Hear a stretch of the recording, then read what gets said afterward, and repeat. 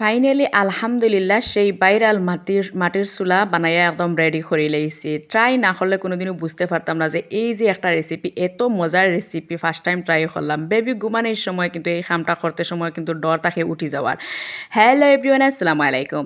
আমি ইয়াসমিন আসাম হুজাই থেকে খয়ার, আপনারা সবাই কেমন আছেন? আশা করি সবাই ভালো আছেন। আমিও আলহামদুলিল্লাহ আল্লাহর রহমতে ভালো আছি। তো গাইস, দেখতে পারা সেই ভাইরাল মাটির চুলা আমি কিন্তু বানাইয়া একদম রেডি করে লাইছি। 4-5 দিনে কিন্তু এই চুলাটা আমি কমপ্লিট করছি। তো দেখতে পারা এখন ফাটিয়া উঠিছে কইলাম লেফিলাই। তো আমি তো আর আমার কোনো মানে চুলা আসিল না, মাটির চুলাও নাই, আর আমি মাটির চুলা ইউজও করি না, হুরুতা লইয়াও আমি ইউজ করতে পারতাম না। তারপরে হয়েছে গিয়া আমার গড় রাখারও অসুবিধা, কিন্তু তাতে আমি আর মাটির চুলা বানাই না, আর আমার লাগেও না। সুইটো ফ্যামিলি আমার গ্যাসে হয়ে যায়, আর গ্যাস যদি বাই চান্স কোনো সময় শেষ হয়ে যায় তাহলে ইন্ডাকশন চুলা আছে, ইন্ডাকশন চুলা তো আমি খাম করে লইতে পারি। তো এখন গ্যাস দাম আর দেয়, তারপর হয়েছে গিয়া গ্যাস পাওয়াও যায় না, আগে বুক করতে লাগে, লানি তো বাইয়া আনতে লাগে। তো কইলাম একটা বানাই, মাঝে মধ্যে কোনো সময় যদি কারেন্ট থাকে না তাহলে টেকাত পর তোমরা বানাইয়া রাখি দিয়ে কিছু শখও উঠিছে আর মাটির চুলা বানাইবার লাগি। তো আমার রাখার মানে কোনো জায়গা নাই। তো আপনারা আবার কনফিউজ হইতে পারেন যে মুলিবাসর বেড় রান্না করো, তারপরে ওলা আমি কিলা কই দিই যে আমার মানে মাটির চুলা রাখার কোনো সুবিধা নাই। তো গাইস, এখানে আমার কোনো রান্নাঘর না, আমার রান্নাঘর নাইও অলরেডি। তো পরে বানাইমু হইয়া এখান ওয়ান টাইম হিসাবে আমি রান্না করি। একটা হইল গিয়ে আমার মানে উপর ছাদ ডালাই থাকার দা একটা বেডরুম বন্ধ আর তো তার দেয় আর রান্দিয়া খাওয়ার লাগে ওয়ান টাইম হিসাবে আর একটা বেড আর মুলিবাসর বেড দিয়া রাখা হয়েছে। আর তেলর চিটচিটা ইয়া নষ্ট হয়ে যায় ওয়ালা তার দেয়, কিন্তু আমরা এই সাইড একটা মানে এই সাইডের বেড়টা আমরা মানে মুলিবাসর বেড় দিয়াও মানে করছি।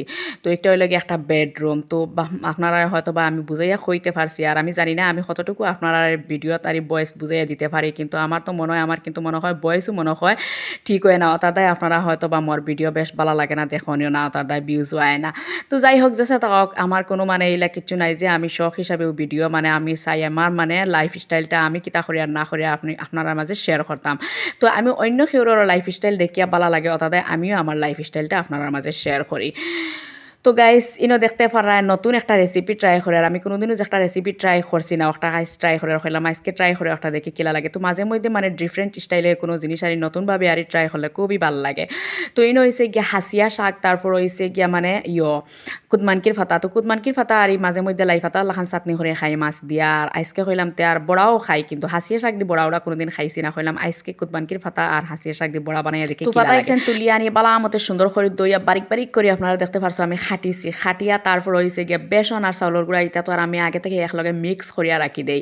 তো মিক্স করা আরে বেসন আর মানে চাউলের গুঁড়া দিছি, দিয়া বালা মতো দেখতে পারছো সব কিছু মশলাপাতি আরি 3000 তারি গুঁড়া মশলা দিছি, তারপর হয়েছে কাঁচামরিচ দিছি, বেশ করে পেঁয়াজ খাটিয়া দিছি, দিয়া আমি সুন্দর করে বানাইয়া দেখতে পারা আমি বড়া বানাইলেই। আর তো গাইস, কিতা হইতাম এই বড়া এগুনি অত মজা হইছিল। তো মানে কিতা হইতাম আমার ফুয়া তো খাইয়া একদম ফিদা হয়, আম্মা বেশ করে বানাইও, আরও বানাইও, খুব মজা লাগছে। মানে একটা ফার্স্ট টাইম ট্রাই করছি তার ডায়ারি, আর হাজব্যান্ডে খাইয়াও খুব ভাল লাগছে। আর ক্রেসপি হয়েছে, মানে আমি চাউলের গুঁড়া যে ইয়র লগে ব্যবহার করলে কিন্তু বেসনের লগে একটু চাউলের গুঁড়া ব্যবহার করলে খুব বেশি মজা হয় আর একদম ক্রেসপি হয় তার দায়।